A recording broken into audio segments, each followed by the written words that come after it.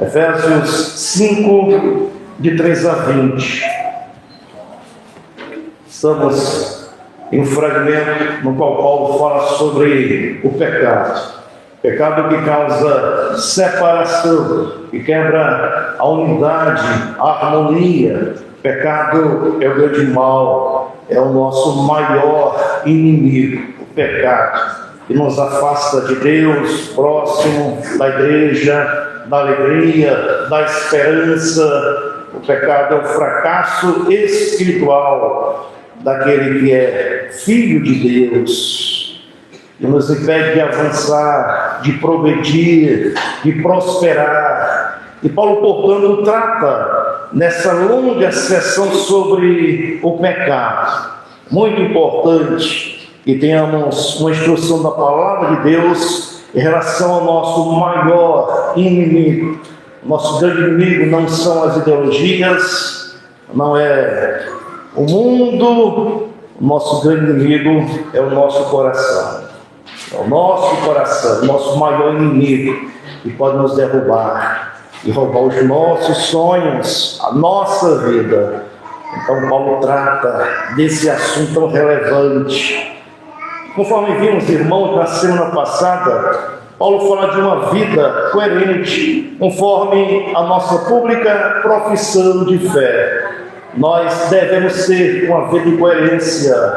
Em um dado momento da nossa vida, nós publicamos a nossa fé de maneira pública e apresentamos que Jesus é o nosso Senhor e o nosso Salvador, que odiamos o pecado e amamos uma vida de santidade. Então é necessário praticar no nosso viver. Nós acabamos de cantar que Jesus Cristo mudou o nosso viver.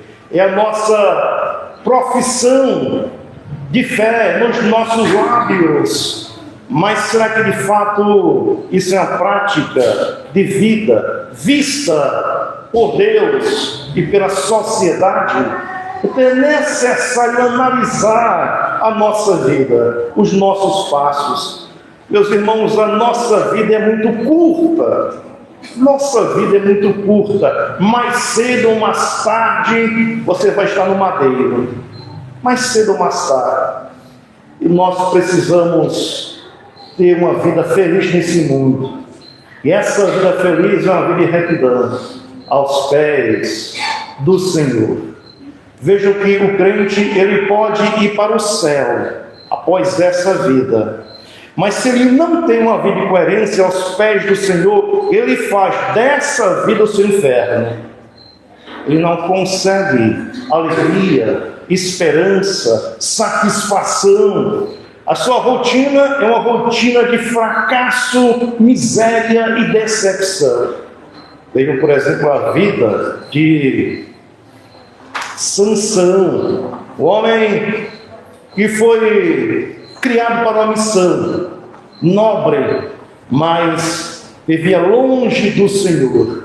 Morreu cedo, jovem, cego, e servindo de palhaço para os inimigos, para os filisteus. Pode ser a sua vida, se você brincar com o seu pecado e não se arrepender, e não buscar uma vida de santidade. E não existe vida mais triste do que um crente que tem uma vida incoerente. Você pode até encontrar manifestação de alegria, entre aspas, entre os ímpios no seu pecado. Mas o crente que vive no pecado, ele é casado com a tristeza, com a dor, com a decepção. Porque ele não foi criado para essa vida, ele foi criado para a glória do Senhor. E o sangue de Jesus o lavou, ele vai estar no céu. Então, é necessário analisar os nossos passos. E é isso que Paulo fala quando apresenta essa questão da seriedade do pecado.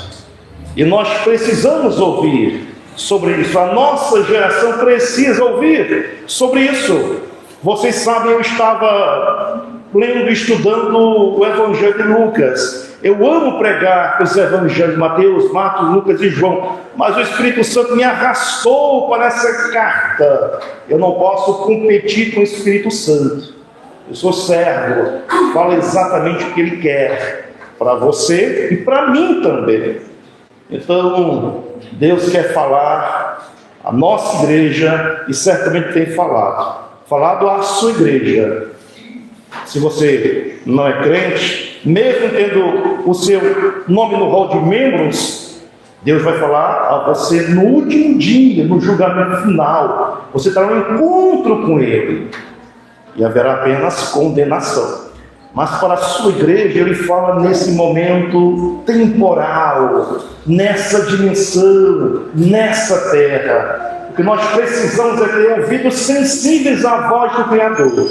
Então, não são palavras do pastor, são palavras do Espírito Santo. Os reformados, eles sempre dizem, quando se prega a palavra de maneira fiel, não é o pastor que prega, é o Espírito Santo que fala. Deus fala. Então vamos ouvir a voz do Espírito Santo. Efésios 5, de 3 a 21. Mas a impudicícia e toda sorte de impurezas ou cobiça nem sequer se nomeia entre vós, como convém a santos, nem conversação torpe, nem palavras vãs ou chocarrices, coisas essas inconvenientes, antes pelo contrário, ações de graças. Sabei, pois, isto: nem o incontinente, o impuro, o avarento, que é idólatra, tem herança no reino de Cristo e de Deus.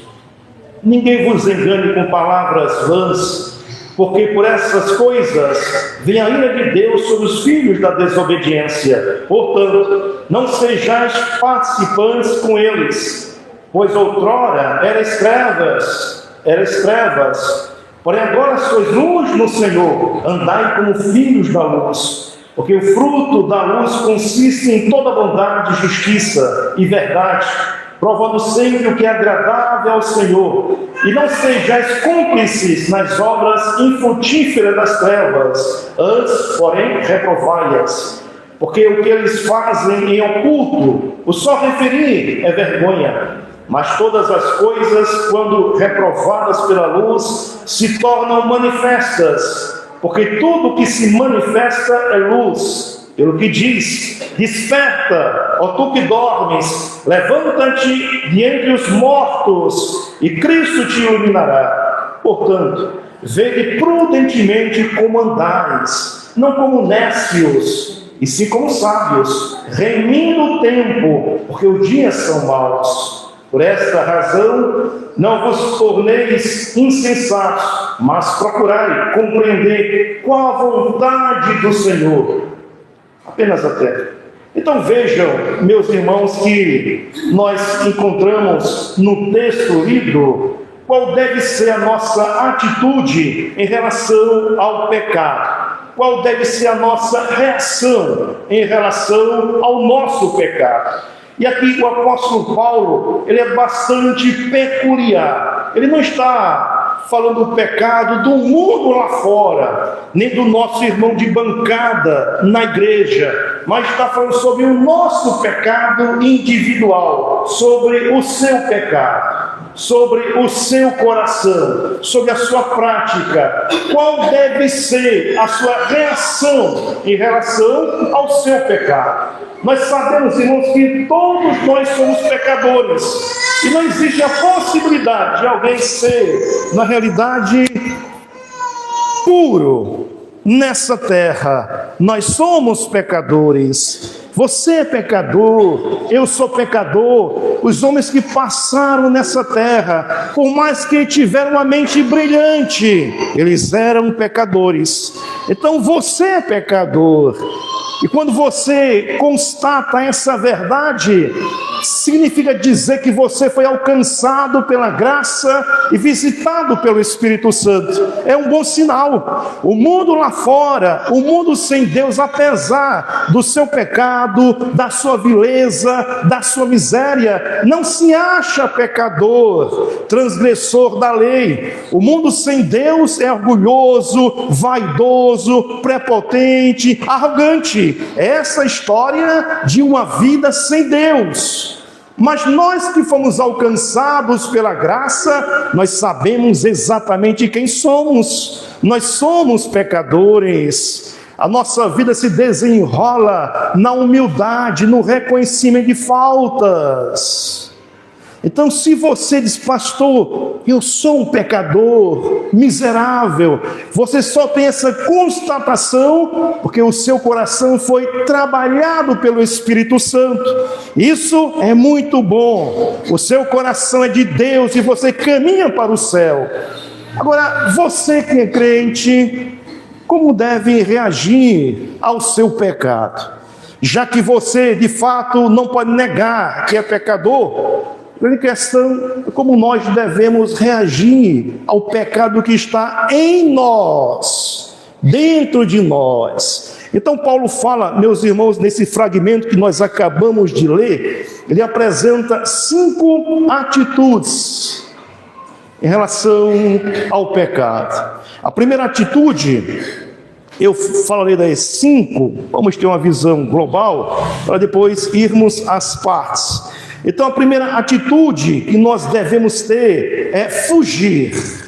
Fugir. Versículo 3 e 4. A segunda atitude é termos a consciência de um julgamento. A terceira, considerar o argumento para o distanciamento do pecado. A quarta, reconhecer que todo pecado será manifesto. Versículo 13 a 14. E por fim, observar e examinar os nossos passos. Versículo 15 a 17.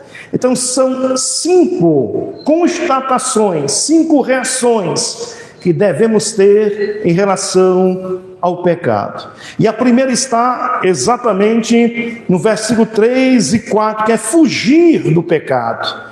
Está escrito, mas a impuricícia e toda sorte de impurezas ou cobiça, nem sequer se nomeie entre vós, como convém a santos, nem conversação torpe, nem palavras vãs ou chocarrices, coisas essas inconvenientes, antes, pelo contrário, ações de graças. Então a primeira atitude em relação ao nosso pecado é exatamente essa, fugir. O pecado descrito aqui é uma manifestação da paixão. Nós sabemos, já estudamos que o amor vem do Senhor. O amor é um dom de Deus. O amor é um presente do Senhor que vem do céu. Nós não podemos produzir amor no nosso coração. O nosso coração é uma fonte contaminada pelo pecado. Nós não podemos produzir o bem. Então o amor, ele vem de Deus e se manifesta no coração convertido. E esse amor nos liga a Deus e nos liga ao próximo. Por meio desse amor, eu posso amar Deus, a minha esposa, os meus filhos, os meus irmãos. É um amor alienígena, ou seja, fora de nós.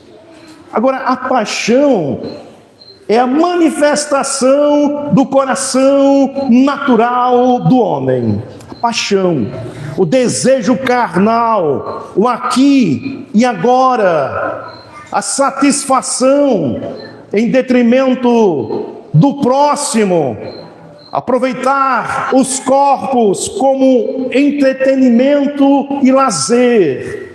Isso é paixão. É a obra do coração, é a manifestação do coração humano não convertido. Então, Paulo, já que ele falou sobre amor, na sessão anterior, ele começa agora sobre paixão. E diz que nós devemos fugir dessas manifestações do coração transviado, longe do Senhor. É a nossa rota, a fuga das paixões do coração, que tem o poder, de fato, de nos afastar de Deus e do próximo. Todas as vezes que nós manifestamos o desejo do nosso coração, nós nos afastamos do próximo e nos afastamos de Deus. E de forma focalizada aqui, o apóstolo Paulo ele fala sobre pecados sexuais. Pecados sexuais que nos afasta do próximo e nos distancia de Deus. O sexo foi criado por Deus. C.S. Lewis dizia que quem criou o prazer foi Deus, não o diabo. Mas a paixão entra e é uma deturpação do sexo, colocando pessoas como sendo animais, objetos, sem valor, sem mérito, sem sentido. E o diabo, que é o nosso inimigo, ele tem prazer em levar o homem a pecar sexualmente, para degradar o corpo, que foi criado à imagem e semelhança de Deus, e que é templo da adoração e do louvor. Então Paulo, de forma absolutamente clara, ele trata desse assunto aqui, reclamando que nós devemos fugir da impureza sexual e viver uma vida casta, conforme a vontade do Senhor, para o nosso bem, para a nossa alegria, para a nossa realização, na presença do Criador dos céus e da terra. Então notem, meus irmãos, que ele usa uma linguagem arcaica que nós não usamos mais.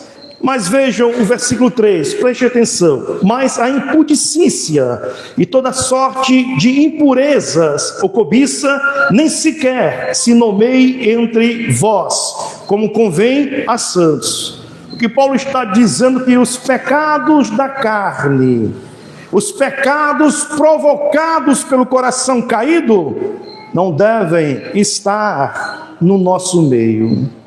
Nós somos santos, criados para o Senhor, para a sua glória, para a manifestação da sua presença, nem nomear esses pecados.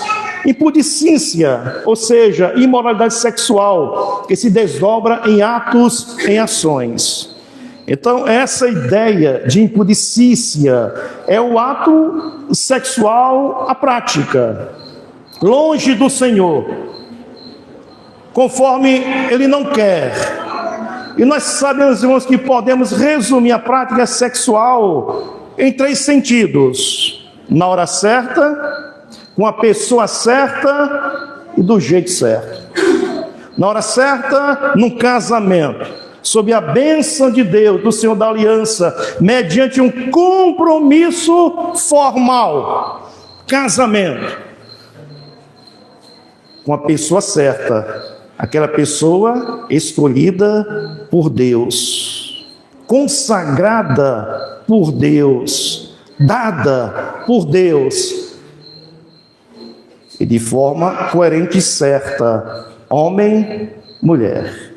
Esse é o projeto de Deus que nós podemos resumir para o ato sexual no casamento, sob a bênção de Deus, com a pessoa certa, a escolhida pelo Senhor e da maneira absolutamente certa, homem e mulher. Esse é o projeto de Deus. Então, impudicícia são as coisas que se afastam desse projeto. O sexo entre solteiros, que é pecado, é condenado nas Escrituras. Nós não podemos cometer, e Paulo diz, nem nomear entre nós. A irresponsabilidade sexual, o fruto da paixão, que não tem paciência, que não sabe esperar, que só quer eu, e despreza o outrem. O adultério, pessoas casadas que se relacionam com outras, é um grande pecado. Homossexualismo, pedofilia, bestialismo, tudo isso é impudicícia que se afasta do projeto criado por Deus lá no Éden. São as práticas sexuais. O apóstolo Paulo, então, ele condena exatamente essas práticas e afirma que nem no nosso meio nós devemos nomear, mencionar. Está longe do projeto do Senhor. Vejam, meus irmãos, que conforme eu falei, essa sessão é absolutamente prática. Nos encara com o nosso pecado e reclama de nós uma vida de coerência. E você que é jovem, não casado, não casada, precisa desse ensinamento para que você tenha uma vida conjugal feliz e abençoada, próspera, satisfeita. Da mesma maneira, você que é casado e não faz sexo com a sua esposa e com o seu esposo, é pecado. É pecado. Quanto mais, melhor. O sexo, irmãos, ele foi criado por Deus para trazer prazer para o homem, mas para basicamente resolver duas questões. A mulher necessita do ato íntimo para que ela seja consolada e sinta-se protegida, amparada, cuidada. Isso é muito importante. Essa aproximação leva a mulher a ter essa proteção, a perceber que ela não está sozinha nos dramas da sua vida, ela se sente acolhida. E o homem, para refrear a sua fúria, o seu desejo de domínio, ou seja, para amansar o homem. Quem é casado sabe, a mulher sabe, quando há muito sexo, o homem fica manso. Então, só tem sentido dentro do casamento. Fora isso, é diversão, entretenimento. É importante que a gente entenda essas questões que são profundas. Então, jovem, se guarde para o momento certo, para a hora certa, para que você seja uma bênção dentro de casa. É quase certo, casais que têm relações íntimas antes do casamento, é um fracasso o casamento nessa área, porque antecipou a bênção, o que vai colher. E essa geração nossa precisa entender que sexo é coisa séria. Coisa séria. Esse negócio aí de se ajuntar, se amancebar, sem a bênção de Deus, é um problema. Até a Igreja Católica está proibindo isso. Então, o sexo é santo, consagrado pelo Senhor, criado por Deus. Já imaginou esse fato? Deus criou o sexo, mas deve ser usado conforme a vontade dele. Então, irmãos, essa palavra impudicícia é exatamente as práticas sexuais nos atos. Mas Paulo usa outra palavra, impureza. Isso tem a ver com a nossa mente, com a nossa mente, com os nossos pensamentos, pensamentos impuros. Essa é a ideia, não apenas atos, impudicícia, mas pensamentos imorais.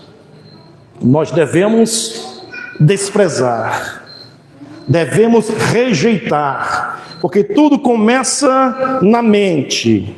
Todo ato começa na mente. É quando você que é casado e começa a olhar para uma moça, um jovem, e começa a desenvolver uma fantasia na sua mente. Isso é impureza. E a palavra diz que nós devemos cortar e se satisfazer em casa. É tão interessante, na minha experiência de pastor em gabinete pastoral, a gente entende o seguinte: os jovens fazem sexo antes do casamento, e quando casam não fazem. É um fracasso na família. Porque inverteram a ordem. E quanta gente frustrada nessa área dentro da igreja. Vocês não têm noção de quanta gente frustrada. Por quê? Fugiu da vontade de Deus nessa área. Então o apóstolo Paulo fala a verdade, não nega a verdade, ele diz a verdade conforme Deus, conforme a vontade soberana do Senhor.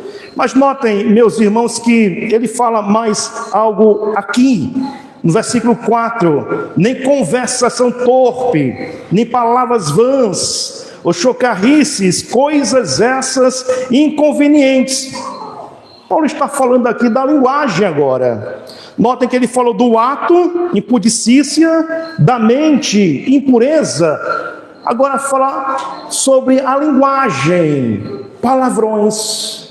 Já notaram que todo palavrão imoral tem a ver com algo relacionado ao sexo? Já notaram? Eu não vou falar, evidentemente, claro. Mas, e nem pensem. É difícil, né? Mas todo palavrão tem uma conotação sexual. É isso que Paulo está dizendo aqui. Nós devemos evitar palavras torpes, porque em cada palavrão você está rebaixando aquilo que Deus criou para a sua glória e para o bem do seu povo. Por isso nós não devemos pronunciar palavras torpes. Vamos degradar aquilo que Deus criou como instrumento para o bem nosso nessa terra. São as palavras torpes. Essa expressão chocarrices tem a ver com piadas. Essa ideia, a banalização do sexo, algo sagrado por Deus. Então, nós devemos tirar dos nossos lábios os palavrões. Eu frequentei uma região onde havia uma palavra bastante comum, os crentes falavam. Uma palavra que rima com zorra. Sabem qual é? Crente falando isso, que tem conotação sexual, né? Então, Paulo disse que nós devemos tirar dos nossos lábios, porque nós estamos apresentando uma diminuição, desvalorizando o ato sexual. Então vejam, meus irmãos, como Paulo aqui, nesses 2 versículos, ele é absolutamente claro em relação ao nosso proceder sobre o sexo. E devemos fugir e buscar uma vida piedosa e santa aos pés do Senhor. É claro, meus irmãos, que nesse contexto aqui, o apóstolo Paulo, ele fala muito sobre o sexo, porque nesse tempo, nesse contexto, havia a prática do sexo cultual. A cidade de Éfeso era uma grande cidade, e lá havia um templo dedicado à deusa Diana, e se promovia sexo nesse templo, oferecido aos deuses. Então, essa turma se converteu e veio dessas práticas. E Paulo começa, então, a regular o sexo conforme a vontade do Senhor. Também, em Roma, havia a prostituição, incentivada pelo Estado. Então, havia os prostíbulos e Roma bancava. Ou seja, naquele tempo, o sexo era desprezível, sem valor. Toda civilização paganizada despreza o sexo. Toda civilização paganizada despreza o sexo. E Paulo, então, vai chamar a igreja agora para um outro nível em relação à vontade do Senhor. E a expressão que ele usa é: não se nomeie entre vós. Preserve o Éden, preserve o princípio, preserve a vontade do Senhor. É isso que ele quer da sua igreja. Nós somos diferentes. O mundo pode desprezar, o mundo pode viver conforme o coração egoísta, o eu quero, o agora, eu quero me satisfazer, mas nós não.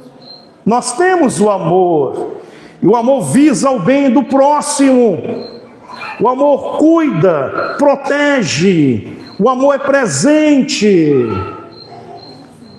A paixão é a manifestação do coração caído, profanado, corrompido. Então, o que nós devemos fazer em relação aos atos imorais? Fugir. Faça isso para o seu bem, para o bem da sua família. Se você é solteiro, faça isso para o seu próprio bem. Você tem uma estrada para palmilhar, não se perca nessa área. Vise viver conforme Deus quer. Mas além disso, Paulo não fala apenas sobre isso. Notem que no versículo de número 5 a 6, ele diz que nós devemos nos aproximar e perceber que o pecado será julgado. Sabei, pois, isto: nem o incontinente, o impuro, o avarento, que é idólatra, tem herança no reino de Cristo e de Deus. Ninguém vos engane com palavras vãs, porque por essas coisas vem a ira de Deus sobre os filhos da desobediência. Ou seja, quando nós olhamos para o nosso pecado, nós devemos perceber que haverá um julgamento. Haverá um julgamento. Não existe um só pecado que não seja vindicado, que não seja julgado. Até aquele pecado que você julga sem importância, sem valor, todo mundo faz. Deus, Ele vai julgar. Cada pecado que eu cometo, que você comete, Ele vai julgar. Ele vai julgar. Isso é tão importante e consolador. Porque tem muita gente que despreza a vontade do Senhor e vive no pecado. Mas Deus vai julgar. Deus vai julgar. Muita gente despreza a igreja, desonra a igreja, mas Deus vai julgar. Deus vai julgar. Pecados ocultos, ninguém sabe, mas você peca e sabe. Saiba disso, Deus vai encontrar você e vai julgar. Agora, duas perspectivas. Essa perspectiva aqui é a perspectiva de morte.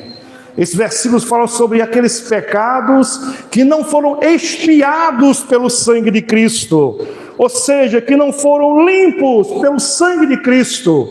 Esses homens pecam, desprezam o corpo, vivem como quer, mas serão julgados no último dia pela lei do Senhor, e serão condenados e lançados no inferno. Então, se não tem o sangue, se não tem a cruz, se não tem a regeneração, a mudança de vida, a conversão, será julgado e condenado no último dia. Mesmo que o homem viva nessa terra, no seu homossexualismo, no seu adultério, na sua fornicação, será julgado no último dia.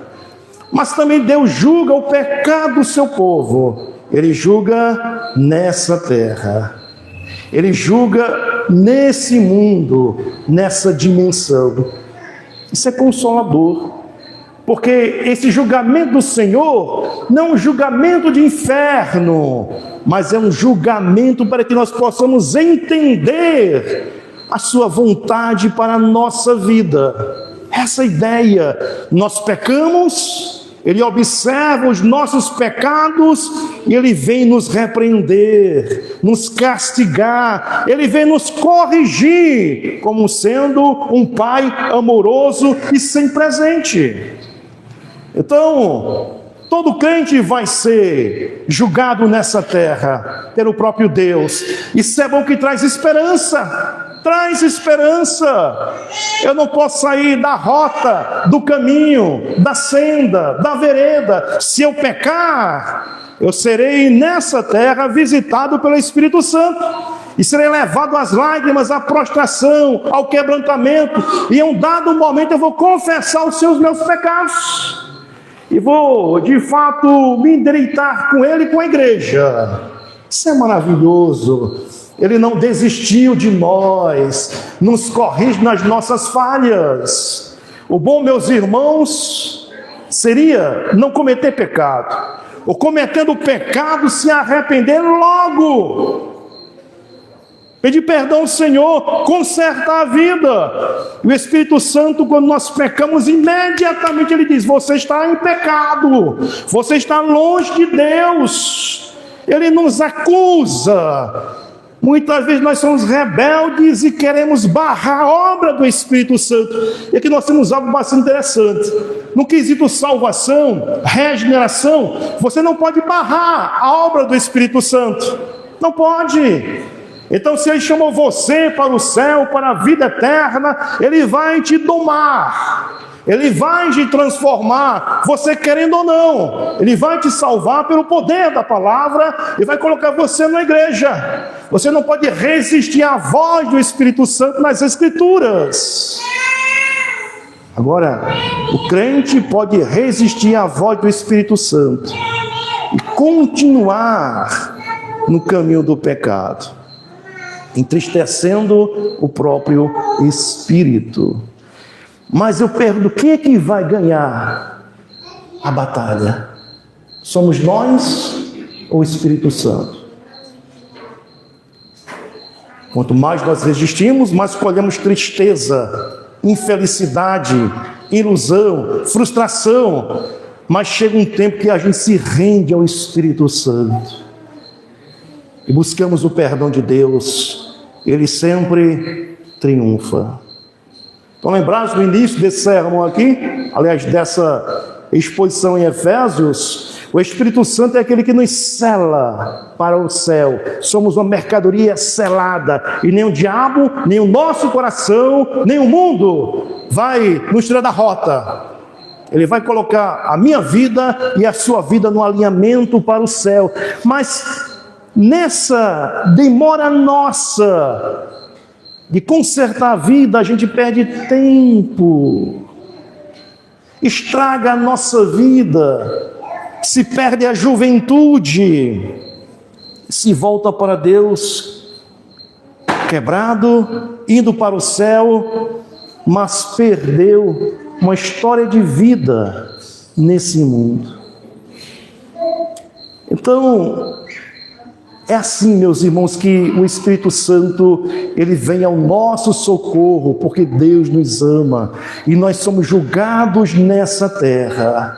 Todo o nosso pecado será julgado nessa terra. Nós que pertencemos a Deus, e a grande glória é que nós não iremos passar pelo tribunal de Cristo no último dia. Nenhuma condenação há para os que estão em Cristo Jesus.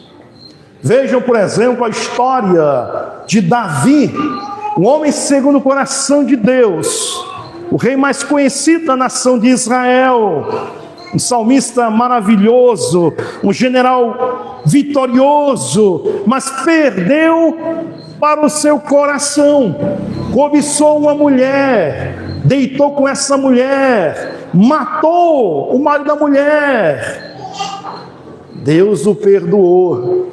Deus envia um profeta chamado Natã, e Natã apresenta para Davi o seu pecado, escancara. E ele percebe que ele fez mal. Só que, meus irmãos, entre o ato de Davi até a sua confissão passou-se um tempo considerado. O que aconteceu? Deus disse para Davi: Davi, o seu pecado foi perdoado, mas a espada jamais sairá da sua casa. Davi está no céu, mas nessa terra poucas pessoas sofreram como Davi. E Deus tirou de Davi algo que é tão precioso para nós: a comunhão íntima dentro de casa. Os filhos de Davi queriam matar Davi, usurpar o seu trono, e aquele homem não foi feliz dentro da sua casa. Ele viu um filho, Absalão, sendo morto. Absalão queria matar Davi. A espada estava na casa de Davi, mas Absalão morre. E talvez, meus irmãos, a grande expectativa de Davi seria ele morrer, não Absalão. Quando ele percebe que o seu filho Absalão morre, ele começa a gritar: Absalão, Absalão, meu filho, Absalão. O outro filho deitou-se com uma filha de Davi e fez isso à luz do dia, vilipendiando seu pai. Que vida terrível! Esse é o julgamento de Deus. Ele tira prazer. Ele perdoa, mas ele julga. Ele julga. Então, é isso que nós encontramos aqui no versículo de número 5. E vejam mais uma vez, Paulo diz: sabei, pois isto, nem o incontinente, o impuro, o avarento, o que é idólatra, tem herança no reino de Cristo e de Deus. E versículo 6 ele diz: ninguém vos engane com palavras vãs, porque por essas coisas vem a ira de Deus sobre os filhos da desobediência. Nós não podemos nos enganar em relação à bondade do Senhor, mas também em relação à sua severidade. Não crie uma ilusão em respeito ao seu Pai. Deus, ele não passa pano, ele não passa a mão na cabeça dos seus filhos. Ele nos ama. E no seu amor ele vai ao nosso encontro e reage ao nosso pecado. Então, meus irmãos, ficaremos hoje apenas nesses dois temas que apresentam a nossa vida em relação ao nosso pecado. E a nossa primeira atitude é fugir do pecado, não brincar com o pecado, não ter um pecado de estimação, fugir do pecado, assim como fez José. José fugiu do pecado. A mulher de Potifar queria se deitar com ele, e diz a Paulo que ele fugiu. O herói é aquele que foge. Ele não tentou dialogar, ele fugiu. Fugir do pecado o quanto antes, enquanto há esperança, e devemos considerar o julgamento do Senhor, do nosso Pai. O mundo lá fora já está julgado e condenado, mas os nossos pecados, aqui dentro, Ele vai julgar nessa terra, porque Ele nos ama. E o Espírito Santo quer que vivamos conforme Deus quer, imitando o Senhor Jesus, vivendo os seus passos. Então, é importante essa palavra para a nossa geração que banaliza o sexo, criado por Deus para a glória do Senhor, que despreza o projeto de Deus, que é uma vida sexual intensa dentro do casamento, para a glória do Senhor. Como está a sua vida, você que é casado? Como está a sua vida? É um dom de Deus. A sua esposa precisa disso. Seu esposo também. Casais que não realizam o ato íntimo acabam sendo irmãozinhos. Irmãozinhos brigam.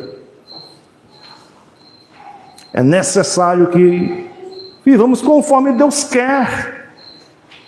Não se toca muito nesse assunto, mas quanta gente sofre. Então devemos viver conforme o Senhor prescreveu para a nossa vida. E você jovem que não casou, como é que está a sua santidade? Como está a sua santidade? A sua vida diante do Senhor? O seu projeto de vida? Deus quer algo muito mais precioso para você. Não se limite a um projeto do maligno para a sua história, que só vai resultar em tristeza, em angústia, em decepção e frustração. Abandone o pecado, se volte para Deus. O seu corpo tem valor, é um templo do Espírito Santo, não é lixo do diabo. templo do Espírito Santo. E você deve considerar essas palavras para o seu próprio bem. Que Deus nos abençoe.